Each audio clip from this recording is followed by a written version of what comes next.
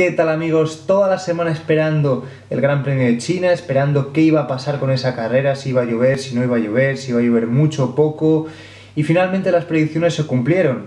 Llovió la mañana del domingo y a las 2 de la tarde, hora de la carrera, dejó de llover, pista mojada pero en tránsito de secarse, y un protagonista que también esperábamos porque sabíamos que tenía que resurgir y que tenía que venir golpeando fuerte después de la victoria de Sebastian Vettel en Australia. Lewis Hamilton, que ya es emperador chino, podríamos decirlo, ¿no? Ya quedan lejos aquellos tiempos del desenganchado, porque ahora lleva 5 victorias en Shanghái, además está en una racha muy buena, con 7 podios consecutivos en Fórmula 1, su quinta mejor racha de la historia, con lo cual Hamilton está claro que este año se postula nuevamente como candidato al título mundial. Pero no todo fue fácil para Hamilton, de hecho Mercedes se volvió a equivocar con la estrategia, lo volvieron a hacer mal, al igual que en Australia. Ferrari les comió la merienda mandando a boxes antes a Sebastian Vettel para cambiar neumáticos, para poner neumáticos de seco.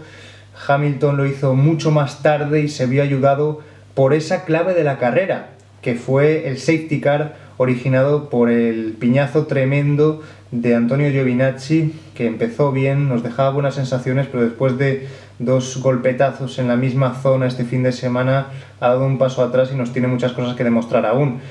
En cualquier caso, Sebastian Vettel parecía que lo tenía todo controlado, había parado antes que Hamilton, estaba haciendo buenos sectores, realmente era casi líder virtual de la prueba, pero en ese momento ocurrió el accidente de Giovinazzi, esto cambió todo, safety car, las diferencias que se mantenían entre los pilotos, y fue un respiro brutal para Hamilton. El tricampeón de Mercedes mantuvo el liderato de la prueba y por contra Sebastian Vettel no tuvo demasiado premio para ese atrevimiento de Ferrari.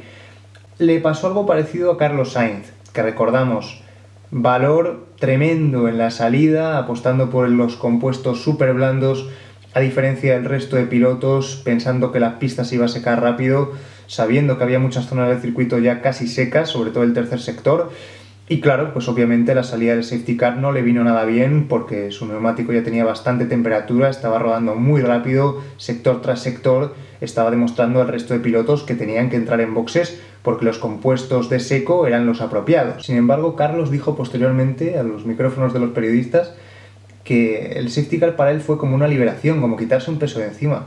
¿Por qué? Si realmente le perjudicó. Pues yo creo que esto es un planteamiento un poco timorato por su parte. Tenía muchas dudas con la estrategia, de hecho dijo que cuando vio que era el único piloto que había apostado por los neumáticos de seco al principio se quería morir.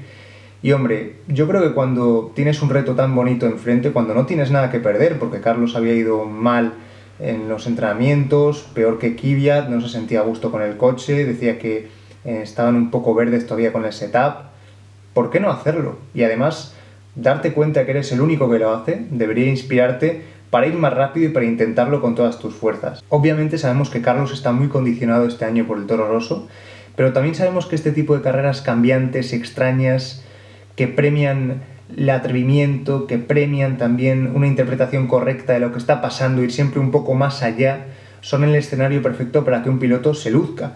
Y además en este caso hablamos de un piloto que tiene que demostrar mucho, porque Red Bull le exige un gran resultado este año y tiene que conseguir sorprender a Christian Horner y a Helmut Marko Carlos Sainz. ¿Podría haber sido en esta ocasión? Esperemos que en el futuro Carlos cuente con esa confianza extra para atreverse y para lanzarse, ¿por qué no?, y plantarse con descaro entre los Ferrari y Red Bull. Luego puedes acabar séptimo igual, pero al menos que te vean moverte en esas posiciones. Hay uno que sí que no puede hacer más de lo que hace con el coche y ese es, como no, Fernando Alonso. Yo no sé si esto ya es el más difícil todavía, pero es que en Australia le veíamos décimo, decíamos, pero bueno, que va a puntuar y todo, y es que ahora le hemos visto sexto, séptimo, nos hemos quedado casi ojipláticos alucinando con lo que estaba haciendo, y luego ha sido una pena pues la rotura del palier, lo que denota también que el McLaren está verde, que esos retrasos de Honda han perjudicado al chasis, pero lo que está claro es que por encima de todo lo que nos ha llamado la atención de Fernando Alonso han sido las pullitas que le ha lanzado a Valtteri Bottas. ¿Os habéis dado cuenta, no?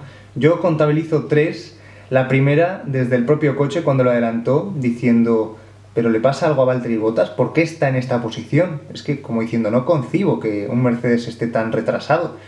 Después, cuando le preguntaron los periodistas, diciendo que era la situación más surrealista que había tenido nunca, tener a un Mercedes tan cerca que no le pudiera adelantar y que luego no se pudiera escapar.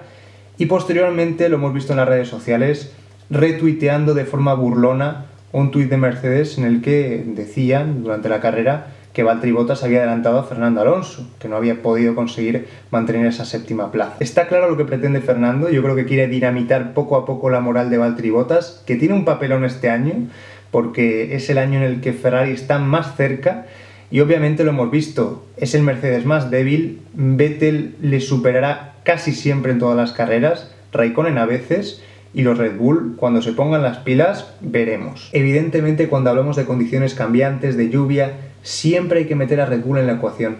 ¿Cómo nos ha gustado ver a Daniel Ricciardo y a Max Verstappen luchando por ese podio?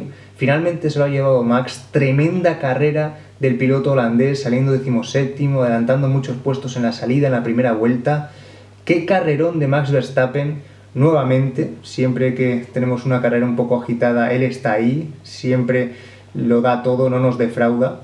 Y en este caso, además, pues pusieron un poco la salsa de la carrera, haciendo de tapón con los Ferrari, Max Verstappen aguantaba ahí, también Ricciardo, Kimi Raikkonen nos demostró nuevamente que es un piloto demasiado inofensivo para esta Fórmula 1 y que creo que ya está en las últimas, y esas últimas están dilatando demasiado.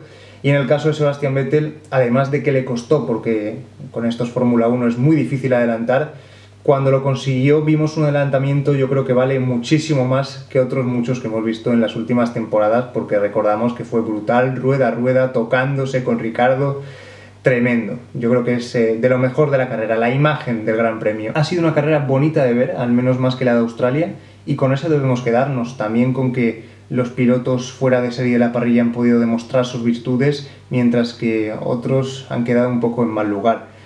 Es lo mejor de la Fórmula 1, encontrarnos carreras así, carreras diferentes al resto. Para mí el mejor Gran Premio de China de los últimos años, que ha estado un poco floja esta carrera, y esperemos que en unos días, que tenemos back-to-back, Bahrein nos sorprenda con una carrera muchísimo mejor. Un saludo y hasta el próximo vídeo.